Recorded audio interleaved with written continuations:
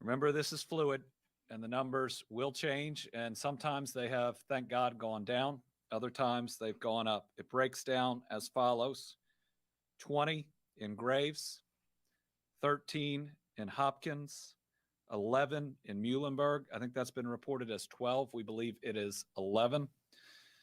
12 in Warren, 4 in Caldwell, 1 in Marshall, 1 in Taylor, 1 in Fulton, and 1 in Lyon. Undoubtedly, there will be more. We believe it'll certainly be above 70, maybe even 80. But again, with this amount of damage and rubble, it may be a week or even more before we have a final count on the number of lost lives. Currently, we believe there are at least 105 Kentuckians that are unaccounted for, that we are still working to find. Currently, we have 300 National Guard assisting rescue and recovery efforts, a few more than that. Hundreds of state employees from the Transportation Cabinet, the Division of Forestry, are clearing roads. You know, we saw a little light of hope yesterday, and we were actually able in Mayfield to get from just clearing roads to starting to haul debris away. I believe that's the same in Muhlenberg County from my conversation with the judge this morning. Worked directly with groups to get cell service back in Hopkins, Marshall, and I think it's up and going in Fulton County as well, working on Hickman. To recap, we declared a state of emergency roughly midnight, before the storm really hit. We received immediate federal emergency declaration, I believe, on Sunday, which is the fastest we've ever seen. And last night, we received a federal declaration of major emergency, I think the fastest that has ever been issued. And we are really grateful. From FEMA, Gracia Sheck is here with us and is going to give us an update on what that means. But it's really good news for our families. It means FEMA is going to be on the ground, documenting losses at people's homes, helping them go ahead and file their claims. Again, I believe this is the most rapid response by the federal government in the history of the United States of America, and we need it. And we are really grateful for it. And then Michael Dossett will go over a few other things here in a minute. New pieces out today, and I have a lot of pieces of paper here. I'm going to work through them the best I can. Is I'm ordering flags to half-staff in honor of those lost and those suffering from this tornado. So all state office buildings will be lowered to half-staff for 1 week in honor of the Kentuckians who were killed and or severely impacted. So they should be lowered beginning at sunrise, Tuesday, December 14th, and remain so until sundown, Monday, December 20th. I'm asking businesses, other states to join us in the recognition of our Kentuckians who are struggling so badly. Next update, some potential good news from the candle factory in Mayfield that we are actively working to confirm this information. All of this is being reported by the business. We pray that it is true, but we are working to confirm it. So according to the business, 110 individuals, 94 are alive and have been accounted for. Again, we are working to confirm that. 8 are dead. We found 8 bodies, and 8 are missing. We feared much, much worse. And again, I pray that it is accurate. But with no phones, with 15 plus feet of wreckage that had a dozen backhoes trying to pull things off of it, there was no way at the time to know how many individuals made it out. So we very much hope that is true. We have opened up our state parks for housing for impacted families. Pennyrile is already full. I think we have 100+ adults and a lot of kids that are out there. We're going to guarantee at least 2 weeks of stay. There may be other options by the end of that, but we're not going to let any of our folks go homeless. We currently have distressed families at Kinlake and Kentucky Dam Village. Currently, we have some openings. I'm working with the county judge, Judge Perry in Graves County, to move people from a warming center or shelter to these rooms. We've got at least 58 rooms open at Kinlake. Kentucky Dam Village, we have 30 open. If we can get power to Lake Barkley, we'll open up about 50 more. We do need a little bit of help.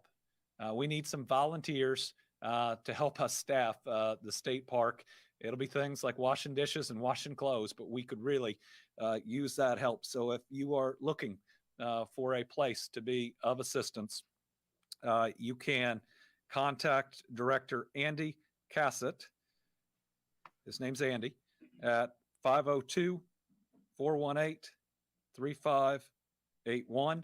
His email, andy.cassett, KASITZ, at ky.gov.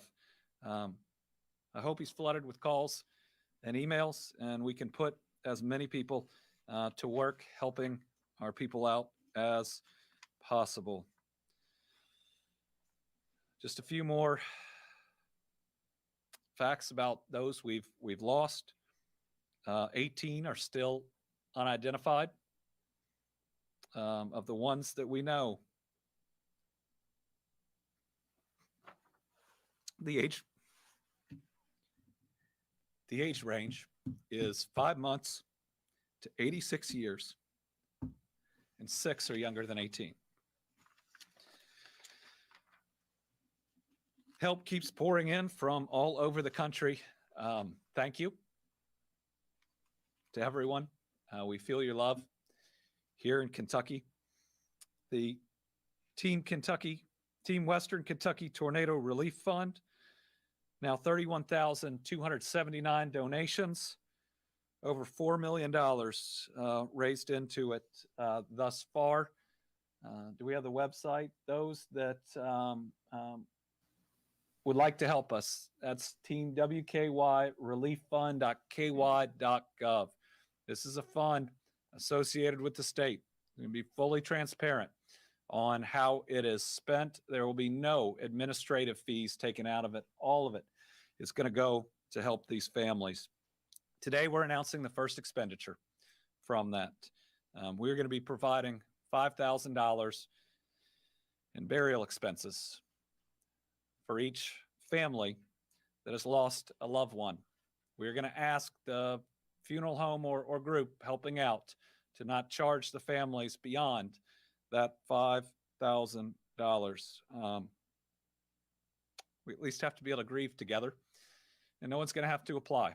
We're going to work with our vital statistics group for everyone who's been identified, and we're going to work to reach out and contact those families directly.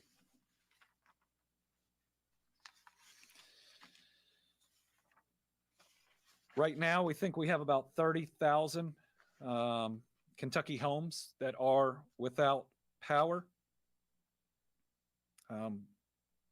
Significant debris removal going on right now. But there's just a mountain of waste. It is going to take a significant amount of time. We've got significant livestock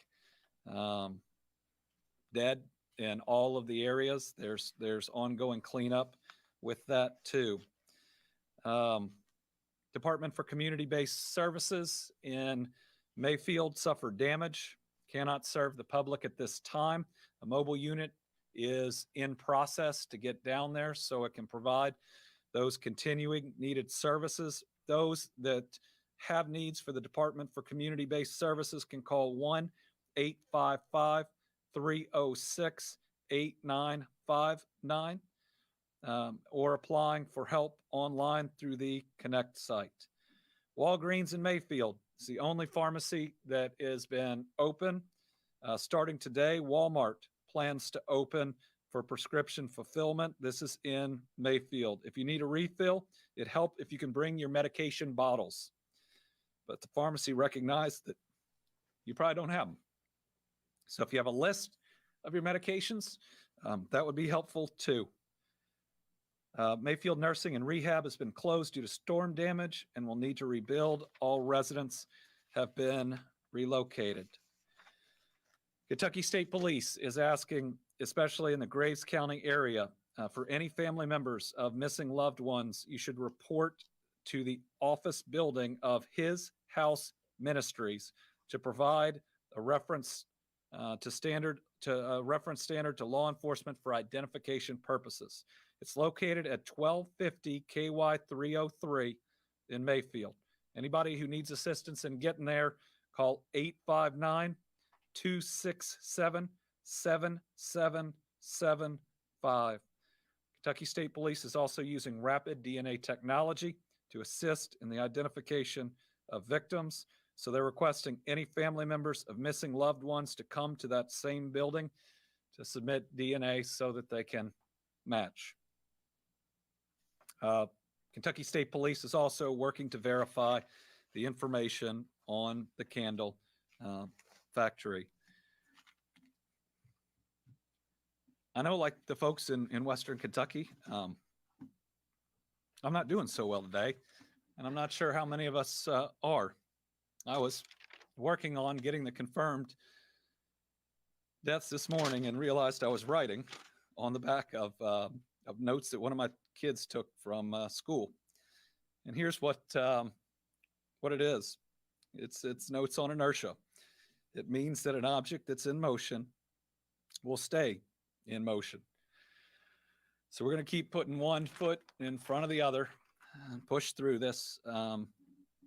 Everybody out there, get the help you need. Take care of yourself, and we'll continue to provide updates. To the people of Western Kentucky, we're not going anywhere.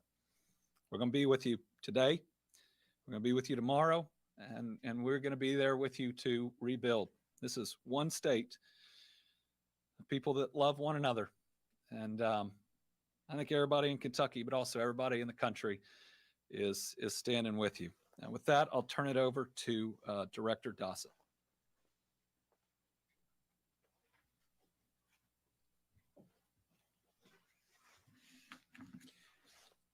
Thank you, Governor, and good morning. So I'm going to give you an overall update of operations. The state EOC is in operation at level 3. We have an extraordinary complement of state and federal personnel, probably numbering 80 to 100 right now. These folks will be on duty each day and every day, including the weekends, to answer the requests from our counties and to render assistance. So we have representatives from the Kentucky Transportation Cabinet, the National Guard, forestry, law enforcement, energy sector, sheltering, volunteer organization, parks, Red Cross. We've established an aircraft command and control section for overflights to survey the damage. So now I'll go into some of the power numbers. And Governor, there's been some good news within the last 10 minutes. The numbers dropped again. We are literally at 28,531 outages as of this moment. This is a remarkable outcome when you look at the damage that has been impacted across our Commonwealth. So approximately 95% of potentially impacted power lines have been assessed. That's a big thing. In most of these events, the power companies can't get to the lines even to perform the assessments. So 95% have been completed.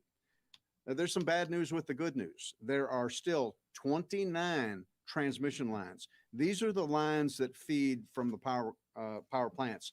If you recall in the ice storm, you saw collapse of these massive towers that run across our state. We have had that, and the restoration will be weeks to months for these. So we'll have a small number that feed off these transmission lines that are still out. We have at least 97 power structures damaged. Several local power companies have extensive damage to their own distribution systems, and they're underway, certainly. Mutual aid crews from across other states are arriving daily. We have, and this is just an estimate of 3 companies, and we have a number of them, and I'll go through them. We have 8,000 power poles. These are the ones in your neighborhood that are down. They have to be dug, replaced, wire strung, so it's a massive effort. 8 of the most impacted local power companies: West Kentucky Rural Electric Cooperative, Lexington Electric, Nashville Electric, Memphis Light Gas and Water, Warren Rural Electric, Murray Electric, Bowling Green Municipality, and Mayfield Electric. So we have water systems also impacted. 3 systems currently not operational with 10,400 customers. 11 systems currently with limited operational capabilities for about 17,000 customers. These are boil water advisories. We're certainly familiar with those in other impacts.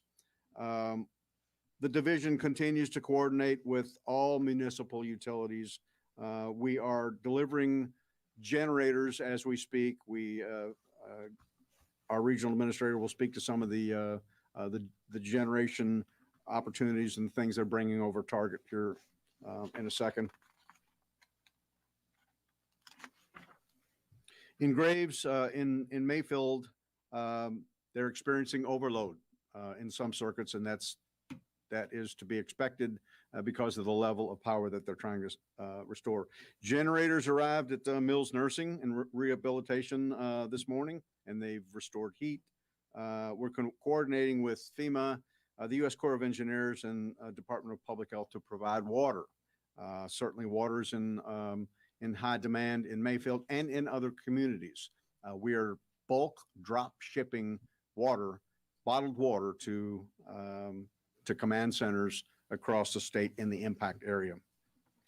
We have requested and received, and again, folks, I can't stress the amount of federal support that came so quickly. I can tell you from just being a veteran of now 17 disasters, it takes time to get wheels rolling. We had USAR teams, these are federal urban search and rescue teams, on the ground before I had finished submitting the request. Gracious Sheck just overnight approved 3 additional USAR teams to do wide area searches. We're doing the known impact, and now we have to search all of the debris areas. The forward elements of those teams arrived last night when they were requested yesterday. So folks, pulling out all the stops. In Hopkins, we're assisting providing generation to Dawson Springs Independent School. That's a key issue. That was assessed last night, and we'll have something on the way. In Dawson Springs, obviously electric is still down and water is being reestablished. Verizon also set some mobile cellular units in place last night. So with that, restoration is ongoing. This again is not going to be a week or a month operation, folks. This will go on for years to come. This is a massive event, the largest and most devastating in Kentucky's history. And I'll close with saying the key here is our thoughts and prayers and our hearts go out to all of the victims, to all of the families, and to the families of those who are still missing. This is a horrific event, and prayers will help. Now I'll introduce Gracia Sheck. Gracia was with the governor and I yesterday as we again toured the area with the Secretary of DHS, Alejandro Mayorkas. It's always a challenge to pronounce the Secretary's name. And also Gracia's immediate boss, the FEMA administrator, Deanne Criswell. These were remarkable folks. I spent the day with them. The governor was with them. They get it and they care.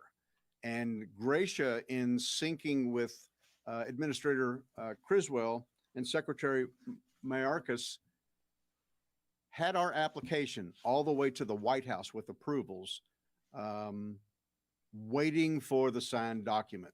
And that's how quick this thing moves. So thank you, Gracia, and please update us on FEMA.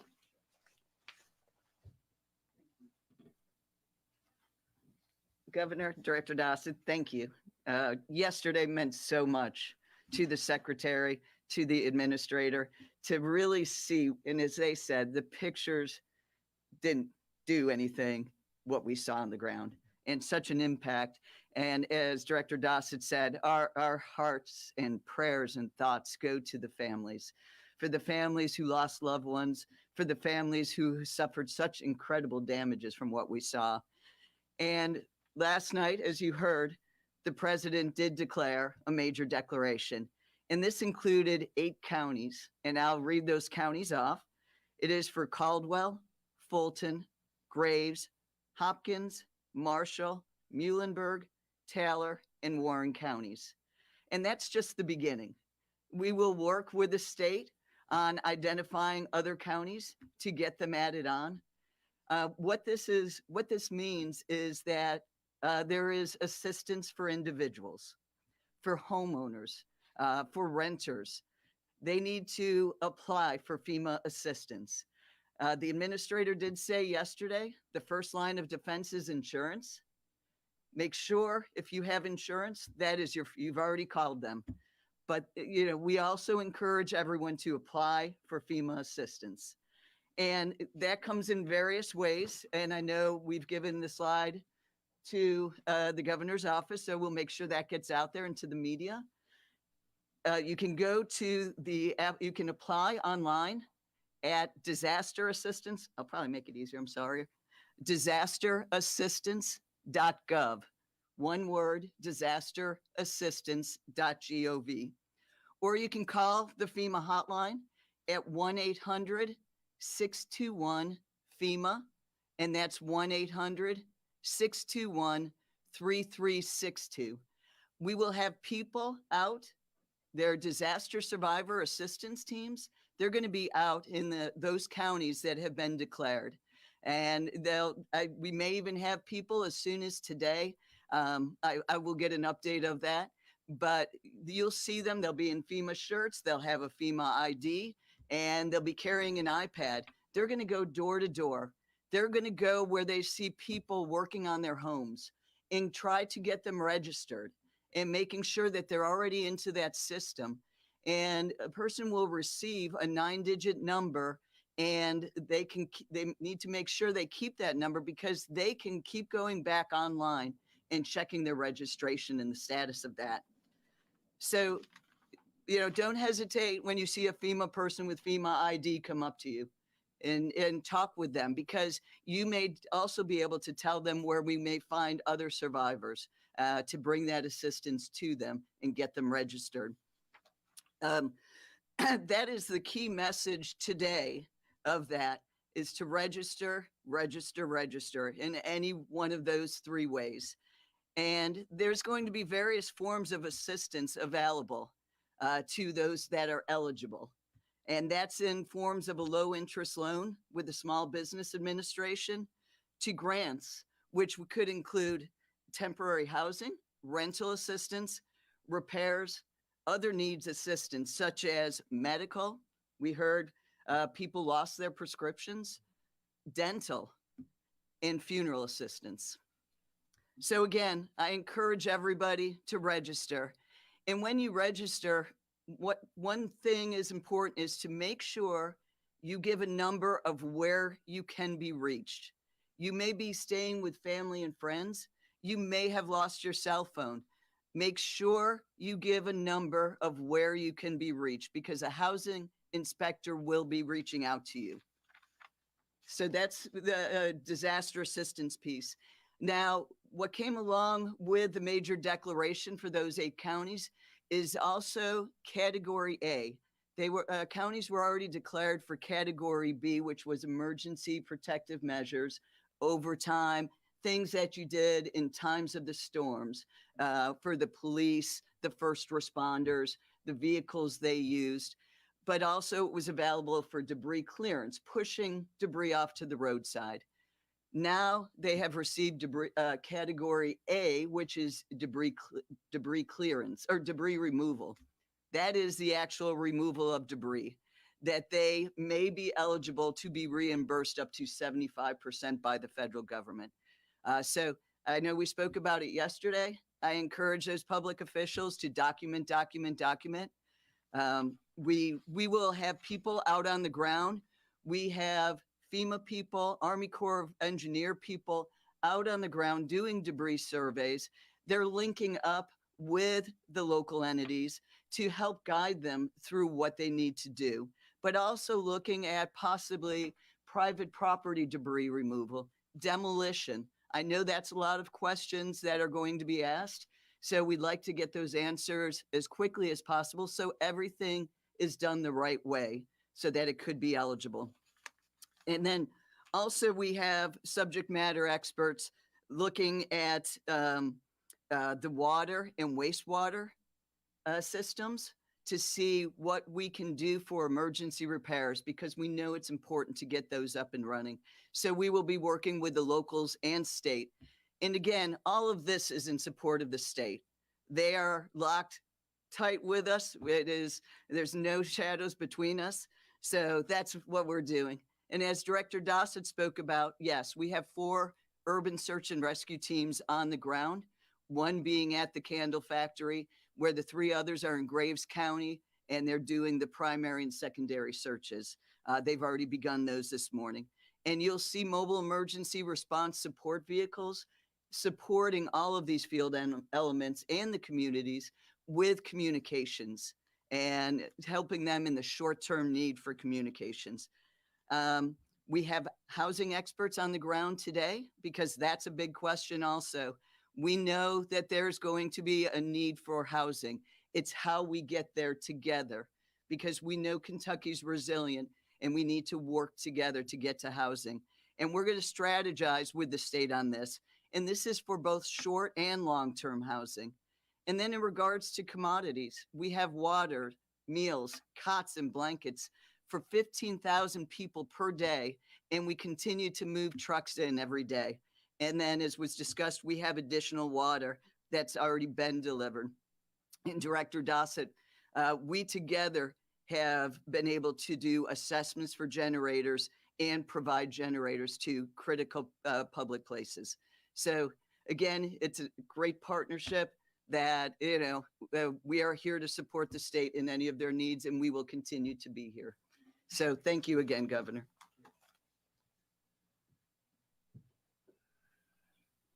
All right, we'll open it up to questions. We've got 5 that are here with us today, 5 journalists and others on the line. So we'll start with Georgia MacArthur.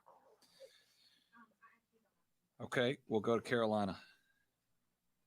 Governor, your voice is shaking this morning. You nearly broke down. You were announcing some of the ages. How are you feeling? How are the people of Western Kentucky feeling, the ones that you've seen? Just how is everyone doing? People of Western Kentucky have gone through an unspeakable trauma. I mean, it's traumatic. You being there helping. You go from grief to shock to being resolute, span of 10 minutes, and then you go back. It's hard to understand how something like this, or why something like this happens. It is just awful. And the people who lost everything but are still here with us, it's hard to think of them as lucky, but this is really hard. But we're going to make it. We put one foot in front of the other, make sure we have the inertia, and we'll rebuild. There's going to be grief. There's going to be cleanup. But then we're going to make sure that everybody gets back on their feet. We do have a lot of support out there. I mean, the whole country is calling and trying to help. Actually, one of the biggest challenges we have in these counties is too much in many ways. How to coordinate an unprecedented amount of goods and of volunteers. And, but there's a lot of love out there. Bill?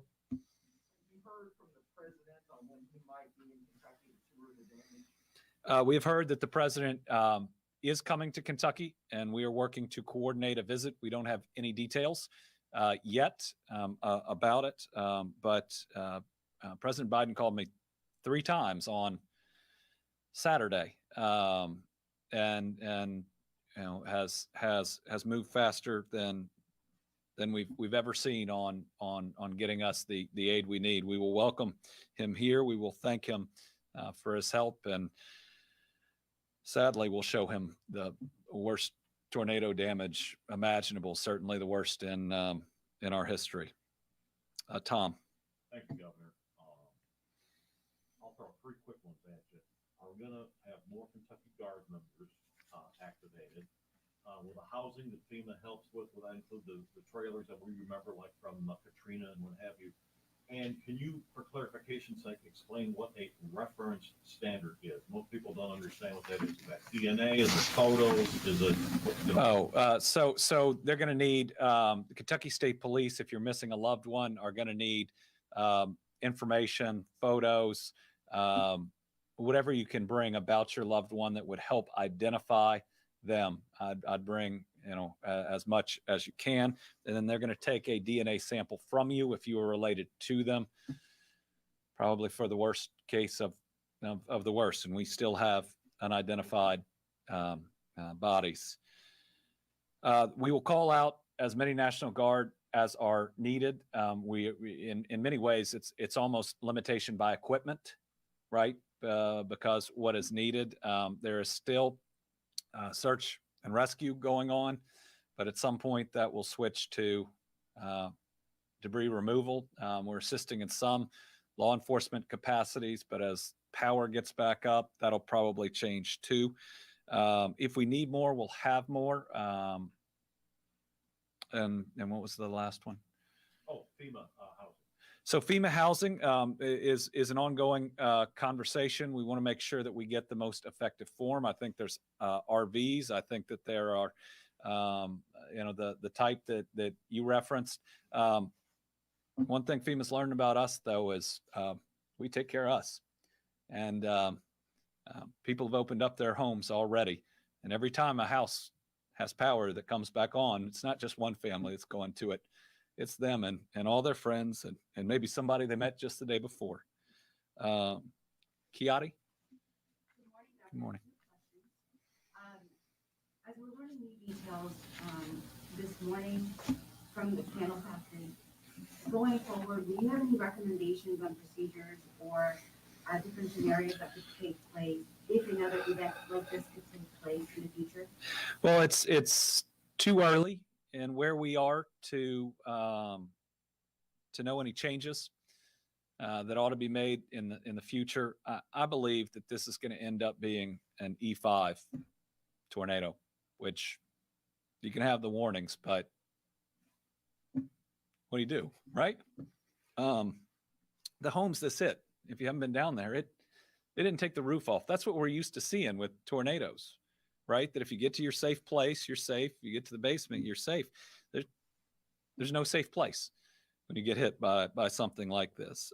I'm sure that we will look at what procedures the facility had. That's natural, but it's still too early, and we may well have to live with the idea that some storms are so powerful that what we can do to protect ourselves is limited. I really hope the information is correct and is verified, because if 94 folks are safe and accounted for, that's the miracle we've been hoping for a couple of days. Very first place I went was that factory, and the 94 must have been folks that had left before, because it's hard to imagine surviving once it hit. Do you have one more? I do. Okay. Today, December 13th, 1 year ago, we watched vaccines arrive to Kentucky. Yeah. We're still in a pandemic while this crisis in Western Kentucky across the state is impacting us. 1 year later, just your thoughts right now with what's going on with Kentucky. It's hard. We've had pandemic. The last 2 years, we've had a historic ice storm. We had flooding that had some of our eastern Kentucky towns underwater, and now we have this. We'll push through all of it because we don't have a choice, and we're strong enough to do it. John Boyle, WFPL. Hi, Governor. I wanted to speak specifically about the candle factory. Obviously, that's a big development if it does turn out to be true. And I know you guys are working on confirming it, but I wanted to get a sense from you, how confident the state is in that information at this point in the process, and then a little bit of, I guess, specific details on the ways you guys are working through it to verify that this information is correct. So we're verifying the information. So I don't have a level of confidence yet. This is information provided directly by the company. Kentucky State Police is working through the list of individuals they found. We just want to make sure they are okay, and then we need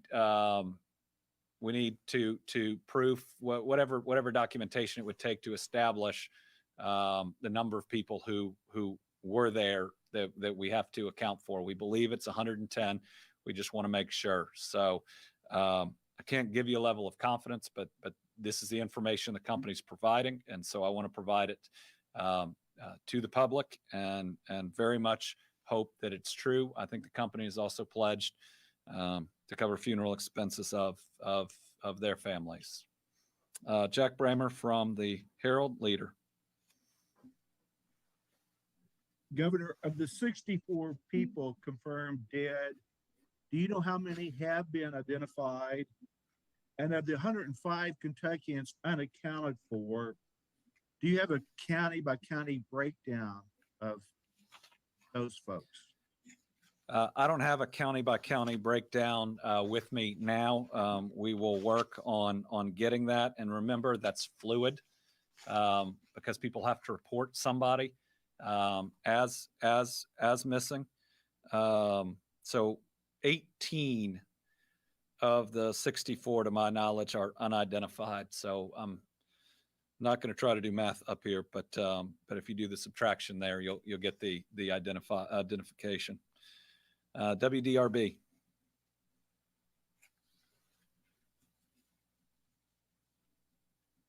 Nope. Okay. Newsy.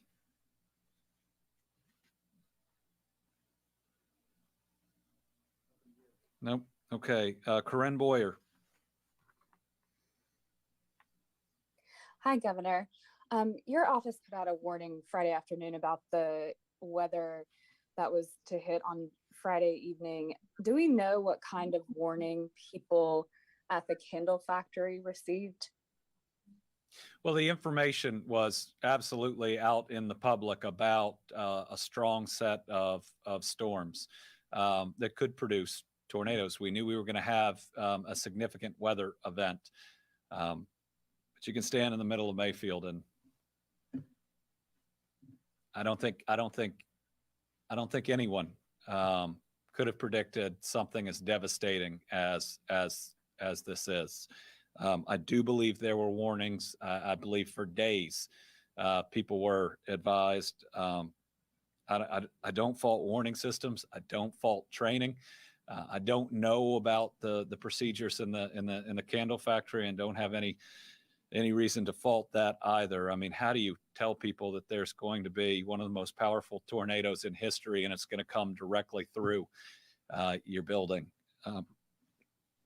It's another reason it just makes it really hard. It's the why is an answer that we'll get one day, but not one I think that we'll get on this earth. Debbie Yetter, the Courier Journal.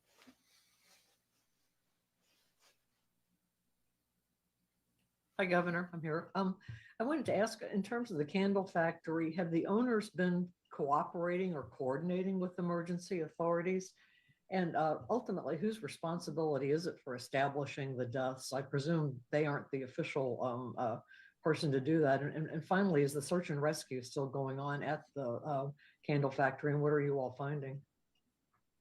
So the owners made several contacts yesterday, including to my office. We put them in touch. We were standing in the room with the coordinators there on the ground. The company does know or should know, right, who was there, who works for them, and so they're an integral part of being able to contact folks. And remember, you couldn't contact folks for a significant period of time. In fact, I was working with AT&T directly yesterday that got 3 different counties up that had been entirely out, and it's really hard to do search and rescue to help to communicate with each other without it. The Kentucky State Police is the group that's currently verifying the information, and once that's verified, it will become official. Again, really hope it's real. Remember, there's still if the company's information is correct, there's still at least 8 unidentified individuals. So that operation is continuing.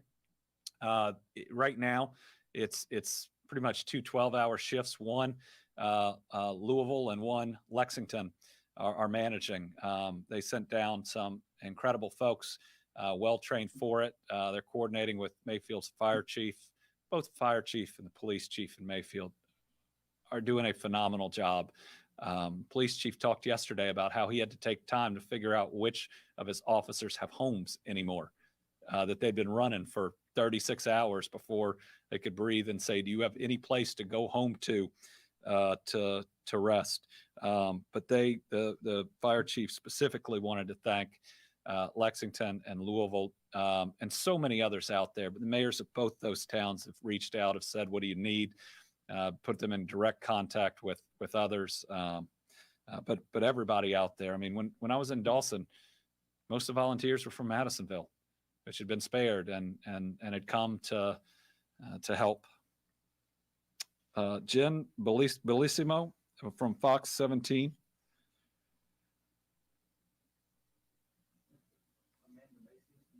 Yeah. Okay. Amanda Macias for CNBC.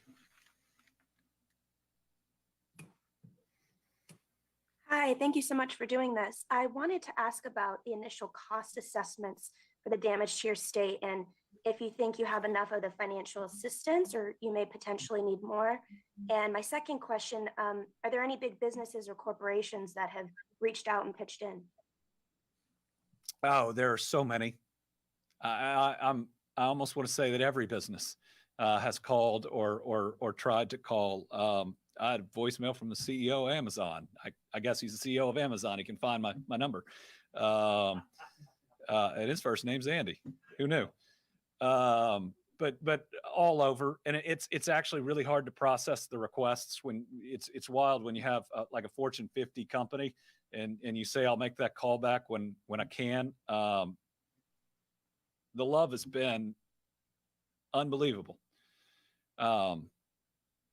And I guess that's what keeps you going, both from your neighbors and the rest. I don't have yet an estimate on damages, but it's in the hundreds of millions of dollars at least. I said this yesterday.